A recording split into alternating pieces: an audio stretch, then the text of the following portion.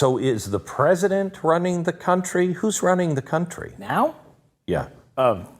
No. Imagine living in a world where we actually have to ask if the president is running the country, and the answer being no. The deep state has been a topic thrown around over the last few years, mainly brought to light by Trump. But what is the deep state? Who's controlling it, and what effects do they have on everyday citizens? Today on Who's Up Next, we're going to take a deep dive to find out, so let's get to it. The deep state is a rough definition as a form of shadow government, made up of elected and unelected officials, military leaders, and corporate elites. In simple terms, the puppet masters. Even just going back a few months, we can think of some scenarios that just seem off. The Hunter Biden pardon, the lies and absolute resistance to Trump, and probably most astounding, authorizing missiles to be launched into Russia at the end of a presidential term. All things that make you sit back and go, something is off here. But let's break this down from a theoretical standpoint and tell me what you think. A war breaks out between Russia and Ukraine. Ukraine isn't in NATO and asks for aid. The US sends aid in the form of money and military supplies, with certain guidelines about use of the weapons to not be considered directly involved in the war. We send more money and supplies, then we do it again and again. Now Russia will win that war one way or another. You don't need to be a 5-star general to figure this out. Without direct military assistance, all this aid does is slow them down slightly. So why would we risk retaliation from a nuclear superpower when the end result is inevitable? Well, let's take a look at the chart. Up top, we have Biden, a Democratic puppet who's highly incompetent and barely able to complete a sentence. We finally beat Medicare. Whose net worth and entire family's net worth is exponentially higher than their government salaries, as well as the income from their businesses. Biden pushes to send money to Ukraine. It is then discovered him and his son Hunter are directly involved with shady Ukrainian business. That money is kicked back to Biden one way or another. Then at the end of the term, just when he's about to be out of power, we do one last push, one more payday for Ukraine, and to top it off, we allow them to use missiles against Russia we haven't allowed during the whole term. I wonder how much that transaction was worth, Joe. Fast forward a few days later to Thanksgiving. Hunter Biden is pardoned after the president claims for his entire term he wouldn't. And not just any pardon, but a 10-year unconditional pardon. Joe wasn't pardoning his son out of love. It was because when Trump's DOJ comes in and kept digging, they would have found this blatant corruption out. By pardoning Hunter, the front man, he theoretically was pardoning himself. Now, Trump isn't the only one trying to dismantle the deep state. His pick for FBI director, Kash Patel, has been trying to expose them every chance he gets. But they'll never play this on Democratic networks, so it's a little harder to find than normal news. Let's play the clip. That is the singular purpose of the deep state, because they think once the truth gets out, their corruption is going to be exposed. They might get prosecuted for breaking the law. And once that happens, you have an explosion in D.C. Well, I want to dig in a little bit more on who exactly is it? I mean, I think Vivek gives a great explanation of what it is, but I'm always curious to hear what everybody else thinks. But it just seems... It seems so well organized to me. It is. Oh. So who's at the end of it? Is it a country? Is it U.S. politicians? Is it the World Economic Forum? Like, where it's so well orchestrated, there has to be an organizer. And so who is the organizer? I don't think that there's one specific organizer. I think there is a group of organizations that have participated in it for a while. The World Economic Forum is a piece of it. Certain politicians are a piece of it. Certain people who become AGs, directors of the FBI, directors of the CIA, etc., are a piece of it. And of course, the mainstream media is a big component of it. All of those entities partner up together to take over Washington, D.C. And instead of doing the job for the American people, they come out and instead come up with government boondoggles that pay themselves billions and billions of dollars, or their friends billions and billions of dollars, which is our dollars. And they want to make sure that that keeps going over and over and over again. I'll give you a perfect example. Who cares if you've ever followed Russiagate or any of this other stuff about the deep state? Chris Wray, the director of the FBI, and Rod Rosenstein, the deputy attorney general then of the DOJ, were tasked with helping us at Congress, where I ran the Russiagate investigation, to expose Russiagate. We went to them and said, look, you guys didn't do this. Help us expose it. And they both doubled down. You know what they did? They launched an investigation against me, the senior congressional investigator for Russiagate on the House Intelligence Committee, and 6 other staffers. They use grand jury subpoenas to get my personal information, my banking information, my emails, my cell phone information, everything else. I didn't find out till 5 years later when Google called me and said, hey, our 5-year notification has lapsed. We can now tell you the DOJ surveilled you. And we had to turn over documents.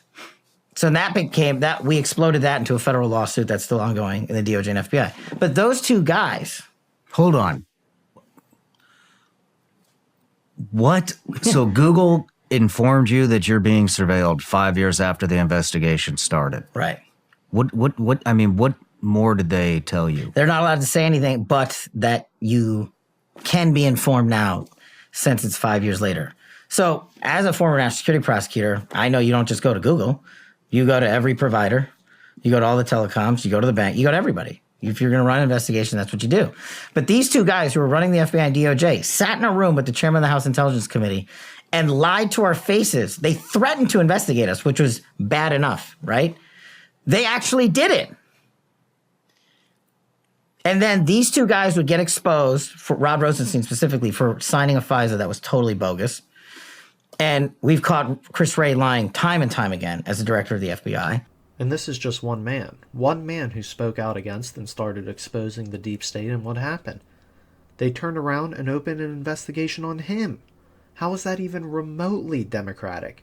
It's not. But it does show there are powers at play that we will never know or understand. But if they can do this to him, what can they do to everyday Americans that don't have the political following or financial backing Kash Patel has achieved? The answer is anything. Time and time again on this channel I make videos and shorts of blatant corruption and abuse of power, and not one of them have actually been punished for their crime. Whereas if it was any other American, we'd immediately be put in prison. The puppet masters are no laughing matter. The saddest part is because it's real. When you take a step back, it's the only thing that makes sense. Placed officials like Garland, Mayorkas, Wray go in front of Congress and blatantly lie with no worry because there is someone or something protecting their treasonous actions. I could probably make a documentary on it, but it would take so much time I'd have to quit my job to even touch the surface of the subject. Border, for example. Nobody in their right mind, I don't care how liberal you are, would think allowing millions of people into the country unvetted is a good idea. So why would they do it? Well, illegal immigrants provide cheap labor for big corporations as well as weapon manufacturers. Not to mention the overwhelming majority of them are Democratic voters if strategically placed in places where they can vote. Normal everyday Americans don't want that, but who would? The corporations and business owners who benefit from it. Put these guys over here for a second.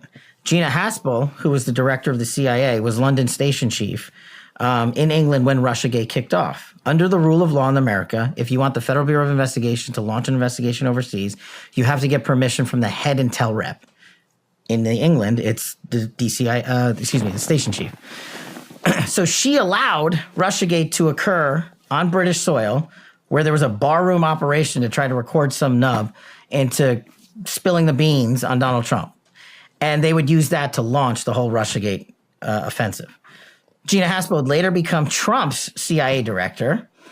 And then when these guys got out of the administration, do you know where Gina Haspel and Rod Rosenstein work today? Where? At Christopher Wray's old law firm as senior named partners, making 7 and 8 figures.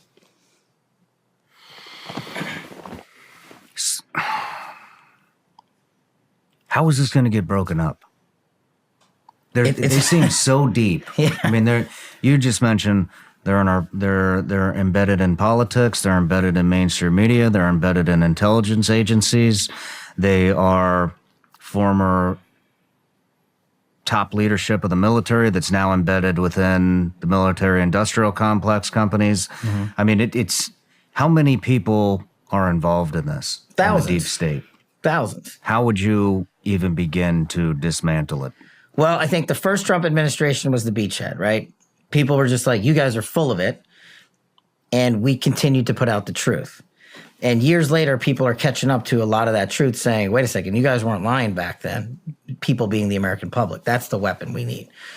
And you guys weren't lying about impeachment. They literally made up a piece of a phone call to launch a presidential impeachment and then put me in the middle of it by making up a meeting that never occurred. But it sounded dirty at the time. And then when we finally released the transcript, everybody was like, oh yeah, there was no quid pro quo. Nothing illegal happened here. But the narrative had been out there. Now you have President Trump as a president who was impeached for the first time in however many years. And so they get their narratives, right? They don't necessarily care about the conclusory portion of their mission. They use the mainstream media to say Trump's a Russian asset. He's been impeached. Kash Patel is under DOJ surveillance for whatever investigation when he was never done. I've had more mainstream media hits on me than I can count. But they want the title narrative to carry the day. Hunter Biden's laptop is Russian disinformation. They don't care about the actual truth. And so once you start stacking these together and you show the American public you were lied to, you based your vote at the polls on information that the government purposely withheld from you so that you would vote a particular way. Once you show enough Americans that, then I think you have the movement that you need behind the leadership that we have in Donald Trump, is my position, to take a wrecking ball to the deep state. All things pre-planned to try to change the mind of the American voters. In case anybody watching doesn't know, Russiagate was the result of the 2016 election, with Kash Patel finding evidence that the story was concocted by the Democrats with no real evidence of collusion between Trump and Russia. Then there was a release of Twitter files showing that Trump was specifically being targeted with disinformation and support for him intentionally being silenced, as well as saying the Hunter Biden laptop was Russian disinformation. How so? You go to DC and you remove all these positions, right? And you start enacting measures, not of retribution, but of legal consequence. Y'all acted one way. For instance, the people that signed the 51 Intel letter, right? Permanently suspend their security clearances forever. Every one of those guys lied. Every one of those guys got caught lying. You're talking about 2 former CIA directors, a former NSA director, and a former Secretary of Defense. All intentionally, to this day, continue to lie and won't take back their letter. Okay, you can stop making money from your security clearance. There's a start. Then you go in and you get the Eric Charmels of the world, who've been publicly outed as utilizing intel to inject a political narrative across mainstream America. And you remove these people from government. You have to go in there. The same thing we're talking about the voting. It's the same thing here. You got to cleanse the scrolls. Government service is a service. We're not making you do it. And if you break the rules and regulations, you're out. So that's a big part of it, right? Then you bring in the new bench, the new team. Then you're going to have to keep fighting the media. And I think we're slowly, over the years, have started to win that fight. Because the more and more, this is one thing I learned when I started Russiagate, my name was outed for the first time, that the media is attacking you, the more you're over the target. Who is at the head of it? I don't think there's one person or one group. I think it's people who know they're going to benefit from each other if they sign up for the program, let's call it, right? And so, again, not a Republican or Democrat thing. In the glossary of this book, in alphabetical order, I think there's like 65 people I name by title and name, just to show people how expansive the deep state is. And so there is no like one chain of command they report to. Instead, what I believe they do is they bring in people that they can control. Oh, the Obamas still have heavy sway in that entire operation. And so do people that have been around for 10, 20, 30 years in Washington. It starts to make sense, doesn't it? All the lies we've been told, somebody had to be spinning them. Why else would they do it? Look at the people currently in power. Biden, Garland, Mayorkas, Wray, the list goes on. All people who make it seem like they just hate Americans. You can't consciously justify letting in millions of illegals or spying on everyday Americans, but for millions of dollars deposited into your bank account, I bet you can. Joe Biden can't even complete a sentence, let alone authorize missile strikes into Russia. So who authorized it? I mean, how do you get them out of government? How do you get the deep state out of government? You deprive them of the opportunity to continue running the deep state, removing their security clearances. The other thing I recommended in my book, and I recommended President Trump too, was you need a 24/7 declassification office, whatever you want to call it. Transparency, truth, whatever, I don't care. Sits in the White House, reports directly to you, and you take incoming from the United States of America. I want JFK. I want the 9/11 files. I want this. I want that. All the FBI, and this is a tool, this is something we didn't cover. What the deep state uses the most to cover up their corruption is an illegal application of the classification system. Remember the Lovebirds text from, this is a beauty, the Lovebirds text from FBI, DOJ land, Russiagate, Strzok and Page were texting each other. Who they were running the Russiagate investigation against Trump. They were the head of the counterintelligence unit at the FBI, and they're having an extramarital affair together. Can't make this stuff up. They're sending each other texts about how much they hate Trump and are going to create an insurance policy to stop Trump. Then we finally find those text messages. You know what the FBI and DOJ do for like a year? Redact them to congressional investigators and congressional men and women running the oversight of their agency. That's just one example. But it gets even better. Here's the deep state full circle. Just last week, do you know what Strzok and Page received from the Department of Justice? What? A $1.5 million payout to settle a lawsuit that Strzok and Page brought for the improper disclosure of their personal text messages on FBI phones. And the DOJ just rewarded them. They broke the law. They broke the chain of command. They broke every regulation there is in the FBI. They weaponized the system of justice against a political target they hated. We found those text messages, and we got them declassified finally in full when I became Deputy Director of National Intelligence. And the world has now seen them, and they can read them. And that's the best form of transparency. That's why I want this 24/7 declassification office. Don't have me regurgitate it to you. Read it. Get the documents, get the files, get the memos. But the deep state came full circle and gave these guys a payday for rigging a presidential election and breaking the law. So now you know what happens. That's step one. Step two, get America the truth. And that's what that office would be for. Ah, yes, it always comes full circle. FBI agents are caught abusing their power and aiding election fraud while running a biased investigation from a supposedly unbiased agency. And what happens? Their emails and proof disappear for a year, and instead of being punished, they actually get paid out $1.5 million. Guess who pays that? We do. You do. I do. My family does. Kash Patel said it right. You actually can't make this up. That's how unbelievable and unrealistic our government system has become. I think the only way that the government ever gets confidence in the people again, and I don't think they even give a shit, by the way, but is to hold somebody accountable, hold people accountable for what we've been seeing go on. You're totally right. The people that are running the deep state don't give a shit because they're so arrogant. They're like, we're never going to get caught. And if we get caught, we're going to get rewarded. Like these guys, like Andy McCabe, who the DOJ rewarded him with his pension after we caught him lying to the FBI investigators while he was the deputy director, leaking to the media improperly. He goes out, we fire him. He gets out of government. He brings a lawsuit. And the DOJ under Joe Biden reinstated his pension in full. So how do you have accountability of stuff like that? Or a Comey, or a Clapper, or Brennan. We haven't even talked about the intel side of stuff. My version of accountability is a little different than maybe what most people would think. I don't have a hit list. I don't have a revenge march I'm on. I want the Constitution. You don't have a hit list? I want the Constitution. I'll give you one. I'll take it.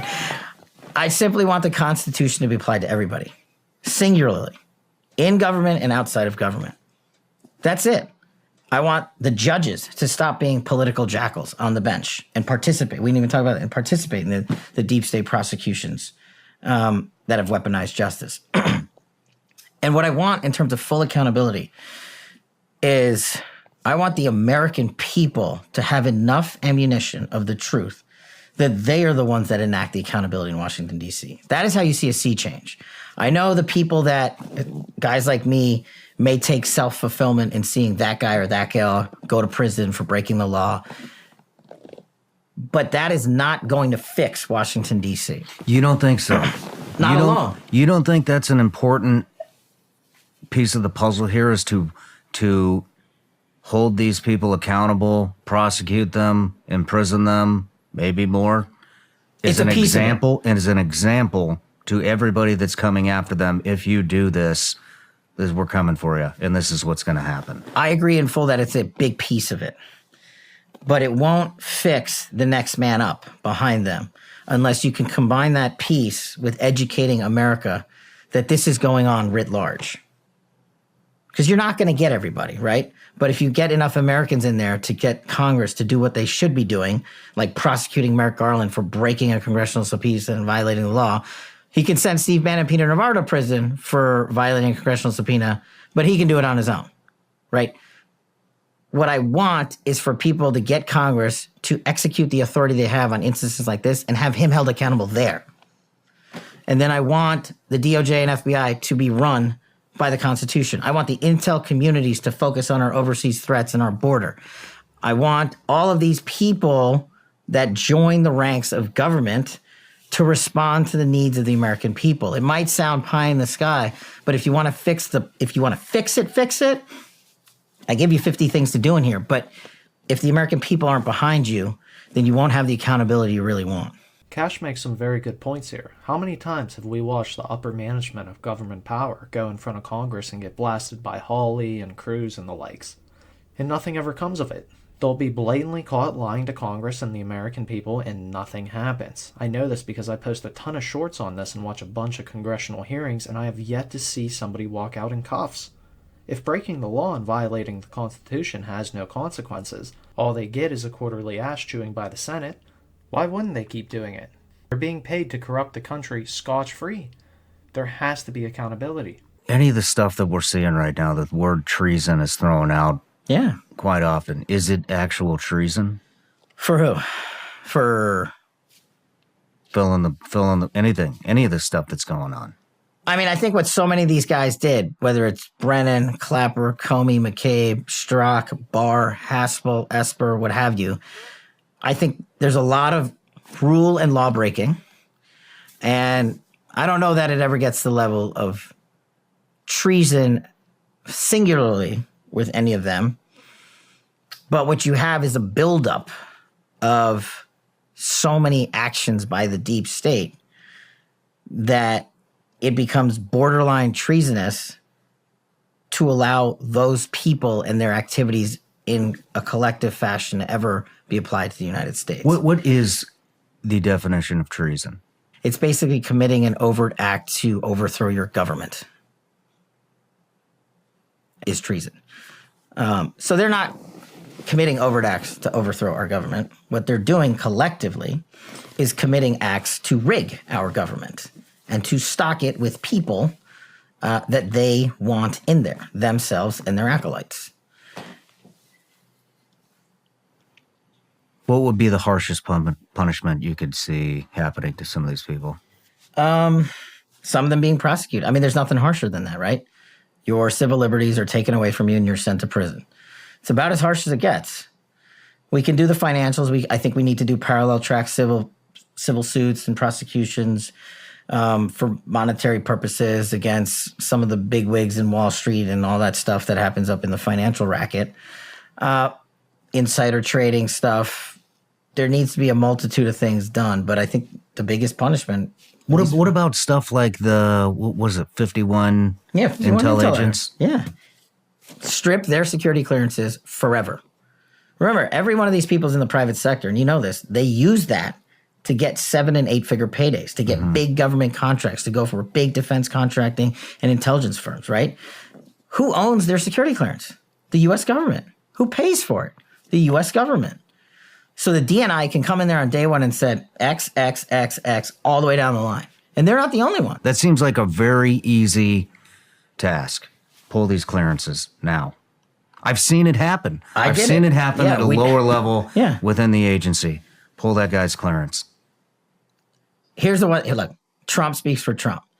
I've recommended that to him. I can tell you that publicly and to your audience. I want him to do that because it's justified. It's not an act of vengeance. They have had the opportunity to recant, and all 51 of them have doubled down and tripled down. So pull him. I think he will, but it will be up to him and his DNI.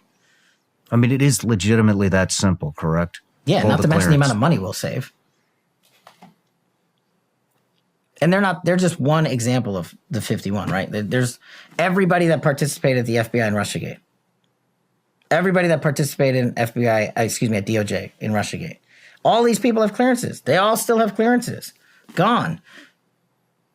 Same thing at CIA. Same thing at DOD. Same thing at NSA. I mean, the list will be massive. The 51 is just a very public-facing version of it.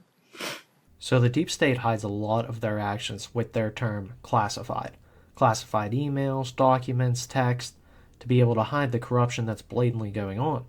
Can't be convicted if nobody ever sees it. So I agree with Kash on this. If we were to strip all people suspected of this of their security clearance and had a department strictly dedicated to declassifying information actively sitting in the White House that report directly to Trump, they wouldn't be able to hide as much. No security clearance equals no power. What are some of the other ways we could get rid of them in your book? I think we've talked about like the bulk of the ones I want to do. Personnel. It's the one thing we haven't really discussed. Restocking. I don't consider it restocking. Everybody keeps talking about who's got the black book. You got to go in and fill 4,000 jobs. Why? Who the hell said you have to have 4,000 people come in with you? Why can't it be 1,000? No one's ever given me a good answer for that. Except that's the way we do things. That's the way we do transitions. That's the way the deep state works. Okay, well, that's not really a good answer. And then, with you decrease the amount of people in the cog, you've preempted the cog? What's just cog the stand wheel, for? you know, Okay. the whole like wheel of government. Instead of having 67 people that can say no and don't want to follow your lawful command, you just have a chain of command that goes from point to point, right? So I think you need way less people. You don't need this massive number. I think that is a fiction of the deep state. Not to mention, again, you save money. Then you need to do a whole bunch of things with personnel. For like instance, at FBI, you need to stock it with a director, deputy director, and the heads of the separate divisions. Same thing at CIA and DOD that are going to support. And the media, again, is distorting it already. Trump's going to install loyalists. Kash Patel's a Trump loyalist. What does that even mean? Like if the guy gives me a lawful chain of command authority, you want me to not execute it? That's unlawful if I violate it. He was the president. If he's the president again, the same thing, should apply. So then we need to decrease what I call government creep with personnel. The FBI's footprint has gotten so freaking big. And the biggest problem the FBI has come out of its intel shops. I'd break that component out of it. I'd shut down the FBI Hoover building on day one and reopening the next day as a museum of the deep state. And I'd take the 7,000 employees that work in that building and send them across America to chase down criminals. Go be cops. You're cops. Go be cops. Go chase down murderers and rapists and drug dealers and violent offenders. What do you need 7,000 people there for? Same thing with DOJ. What are all these people doing here? Looking for their next government promotion, looking for their next fancy government title, looking for their parachute out of government. So while you're bringing in the right people, you also have to shrink government. So massive government reform. So to summarize on this video, the deep state is very real and very active, highly embedded in our politics and other aspects. Blatant acts of corruption and fake narratives to alter the mind of everyday Americans. Every action they take has a reaction that benefits them. Keeping Trump out of office, the Hunter Biden pardon, the Kamala Joe switch around, and money to all these people and institutions that don't even make sense in the slightest. What's even more messed up about it is we're the ones funding this operation. Every time we buy something and pay sales tax or payroll tax or home tax, everything is taxed. There's so much money being fed into the machine that there is no way to stop the corruption unless you have guys like Trump and Kash Patel come in and start exposing and jailing everyone. I said it once and I'll say it again. No security clearance means no power. Anyways, that's all I got, guys. If you made it to the end, thank you for watching. Please check out the rest of the channel. Thanks.